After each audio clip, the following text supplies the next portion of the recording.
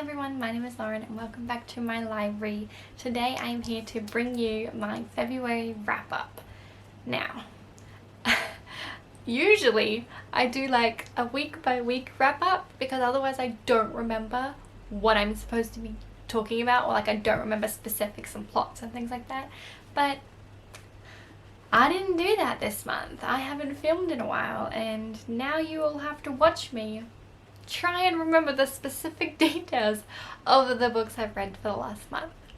And in saying that, I finished 13 books this month and that is ridiculous, and now I have to try and remember everything that happened in them, or like I'm just basically going to give like a brief description, my star ratings, and if I remember anything about it, which to begin with will not be a lot. Yep, that's just how we're going to go into it. So, before we get started, if you could like this video, it would really help out my channel, and if you could subscribe, I would love for you to join this chaotic channel. So, this is going to be a little bit of a wild ride, and I suspect it's going to be a little bit of a long video, so grab your water and a snack and let's just get into it. So, the first book, basically because it was February, I wanted to read as many adult romances or books centered around romance or relationships that I could, which there are a lot out there, so I didn't have a problem trying to find them. The first one I read was, I have to go through my Goodreads and find it. The first one I read was The Boy Toy by Nicola Marsh. This one is an Australian author and I listened to it from my library. So this one was actually really interesting. Basically, we're starting off with our main character who has been living in America for quite a few years, but she is Australian. So she comes back home to help out one of her friends start a new practice. She is a speech therapist and she ends up having this one-night stand with a guy at a bar, and then finds out that he is coming to the clinic to do some speech therapy because he's just about to start presenting a TV show and he wants to work on his stutter and things like that, and obviously his like vocals and his coaching and things like that, and he finds out that she is supposed to be like his therapist for that, and she ends up swapping out for him to have another doctor or another speech therapist because they are going to continue some kind of relationship. It's very casual. It's just kind of like a whatever relationship, and she doesn't want to mix those two together. The thing I enjoyed most about this was that it was based around like people in their 30s. So it was very I liked the idea of them not being in a committed relationship at that point and still trying to find love and still trying to find relationships and things like that. So I did really enjoy that. I also enjoyed the diversity within this. So the main character's mother is Muslim, and so there's like this Indian heritage or culture within this, and I really enjoyed that aspect of it and kind of like the family dynamic that came with that. And then the other main character, Rory, is quite a few years younger than her, so that age gap was really enjoyable to watch as well. It's just like something that I hadn't really encountered much when I read romance or adult romance, as I'm still getting into the genre. And so yeah, I really enjoyed it, and it was a good start to my month, and I ended up rating that one 4 stars. After that, I borrowed The King of Elfheim Learn to Hate Stories by Holly Black.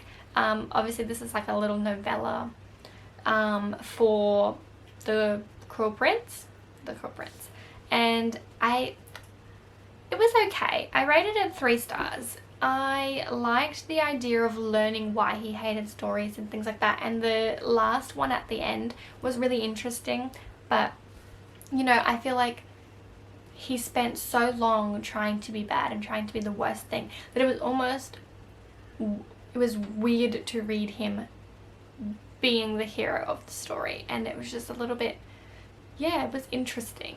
So I enjoyed it, but it wasn't what I thought it was going to be. But it was quick and short, and I'm happy that I read it. It gave me like more insight, I guess, to Carden's character, which I enjoyed. So After that one, I read The Black Kids by Christina Hammond.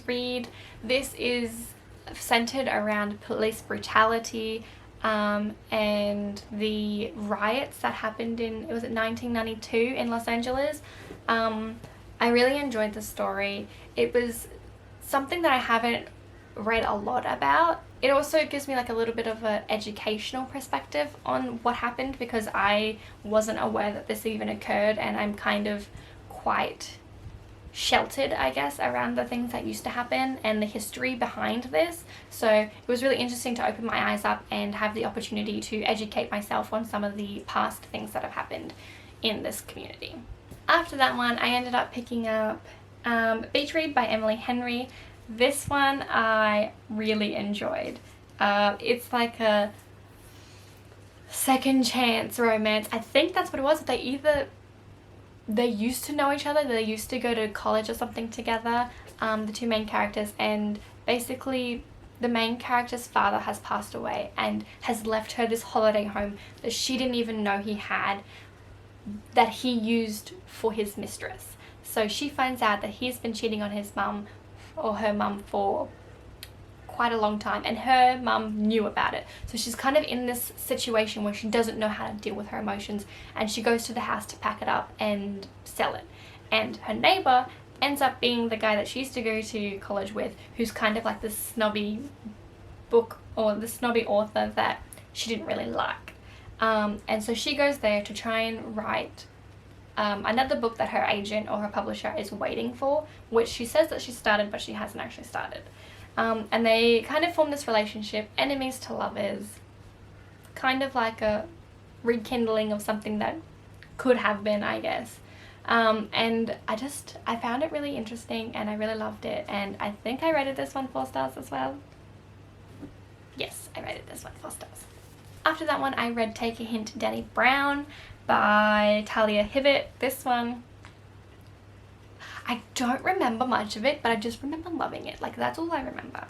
I rated this one 4 stars. This is a companion novel to Get a Life, Chloe Brown, which I really enjoyed. It was something that I read earlier this year, and this is following her sister, Danny Brown, and basically she is convinced that she is not the marrying type, not the relationship type of person. She's just keeping it casual, doesn't really want to settle down or get into anything serious. We also follow a security guard who works at the same place as her, and during a fire alarm evacuation practice gone wrong, she gets stuck in the elevator and he comes to save her, and they kind of had this friendship to begin with, and it just shifts into something else, and it was just really interesting and fun to read, and I really enjoy Talia Hibbert's writing and her style and her characters, and it was a good one. So that one was 4 stars.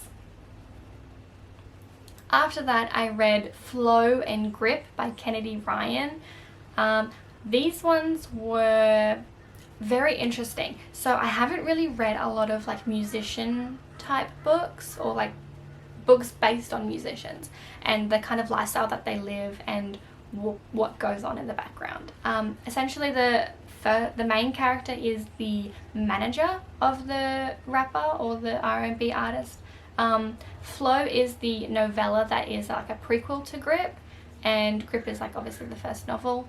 I really enjoyed it. So Flow was basically like a 10 years, or I don't want to say 10 years. It was like some amount of years in the past, when they first met and got together and had this, I guess, kind of sort of chemistry between the two of them. And then Grip is where they come back to each other and see each other again and have to work together. And she, at the end of Flow, basically she finds out that he had been unfaithful, or he was in a relationship or something, and so she's told herself she's not going to get involved with him, and it's this huge slow burn sexual tension filled book, and I really enjoyed it. It was very steamy, and I haven't read any of Kennedy Ryan's books before, so it was interesting to kind of delve into what kind of content that she writes and the way, and her writing style and things like that. So I think I rated both of them 4 stars. So I rated Flow 3 stars and I rated Grip 4 stars.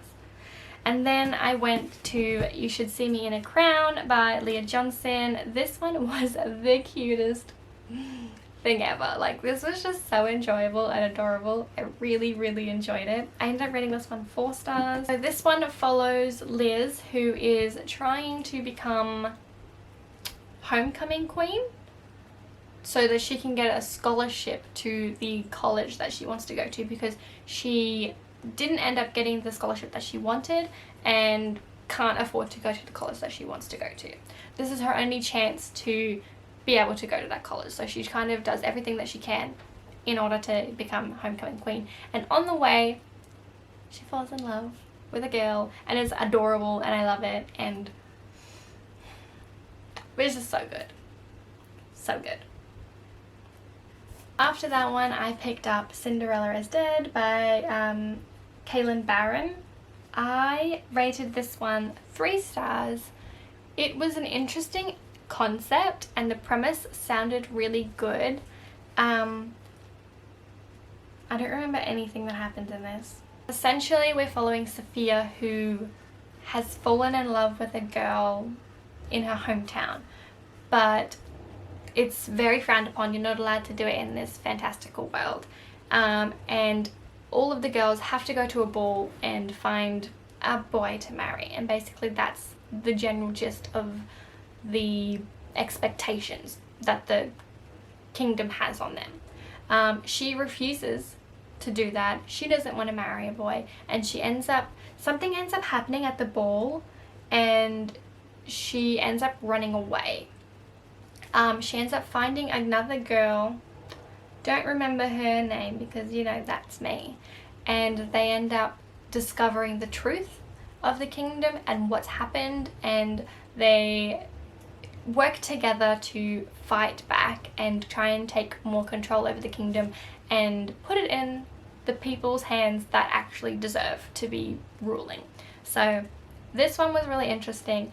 Probably not as good as some of the other books that I've read this month, but it's still, I really enjoyed it and I'm glad that I read it. And then things get real. I ended up reading A Court of Silver Flames by Sarah J. Maas. This book is 750 pages long and I ended up reading it in like less than 24 hours purely because everyone was raving about this. Everyone was talking about it on Bookstagram and on Book Twitter and stuff like that, and I did not want to be spoiled for any of it. So I ended up picking it up and reading it in 2 days because I didn't want to be spoiled when it came out. I ended up rating this one 4 stars. I really, really enjoyed this one. I'm going to do a full review on this, like a whole separate video, so there will be a whole lot more thoughts on this in that video. But basically, we all know Cassius and Nesta's story. A lot of smut,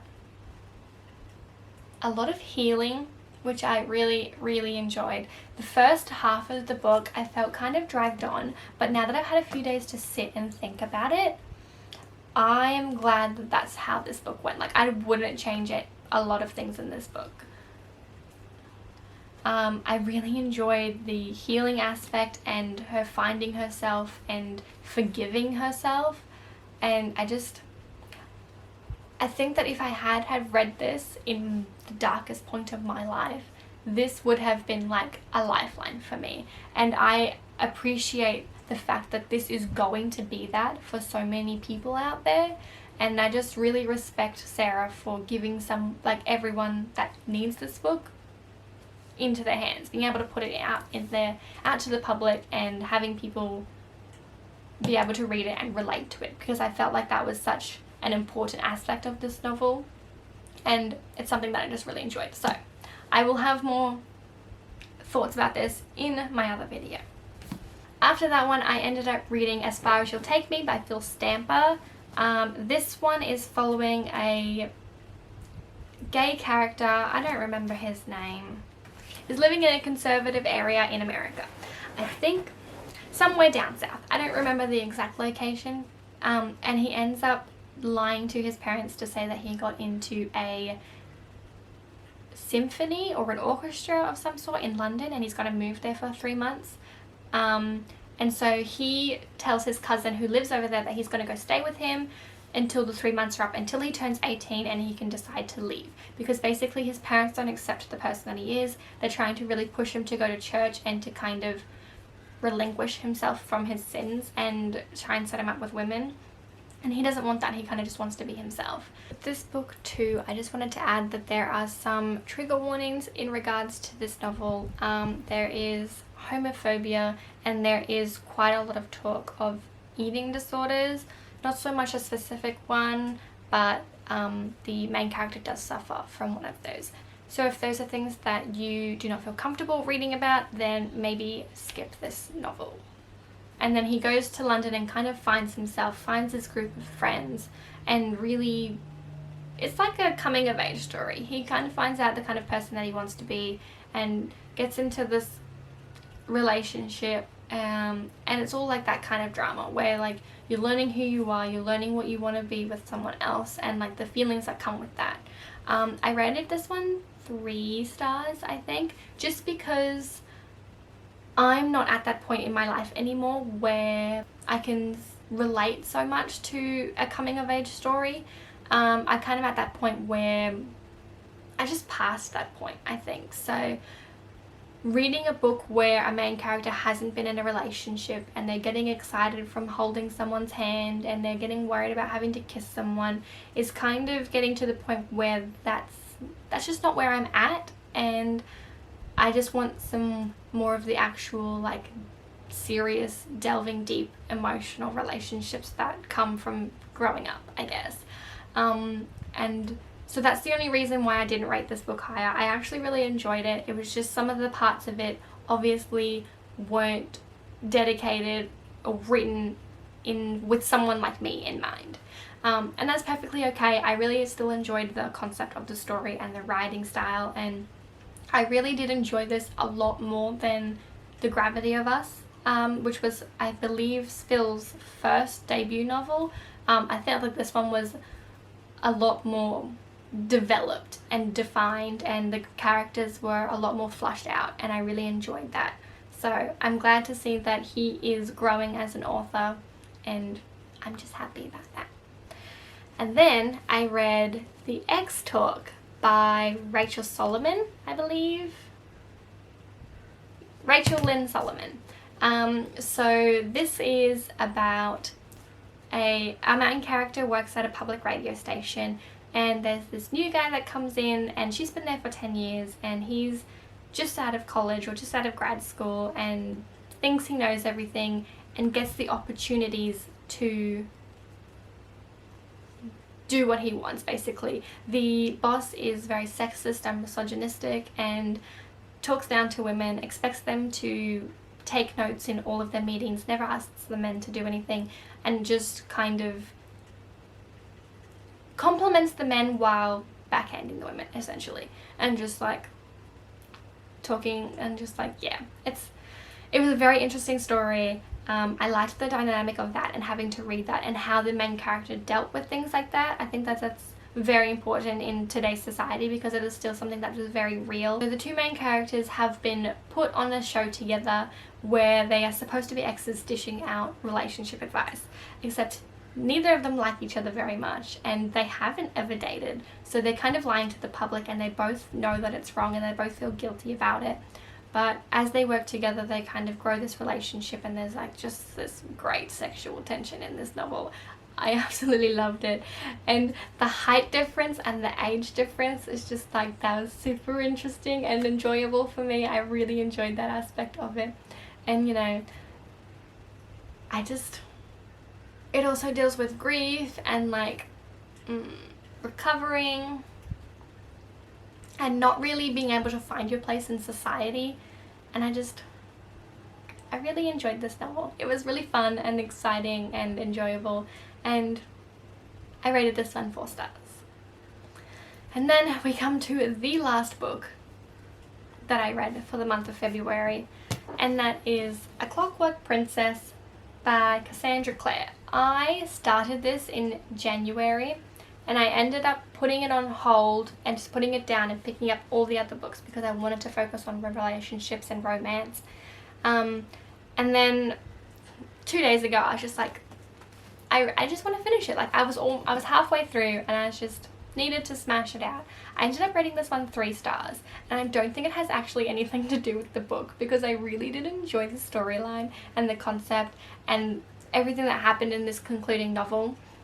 The only thing that I think hindered my rating for it is the fact that I stopped halfway through and picked it up later on. I kind of became a little bit more disconnected with the characters by then, and I know that the point where one of the characters dies, I'm sure everyone's read this by now, but I don't want to give too much away.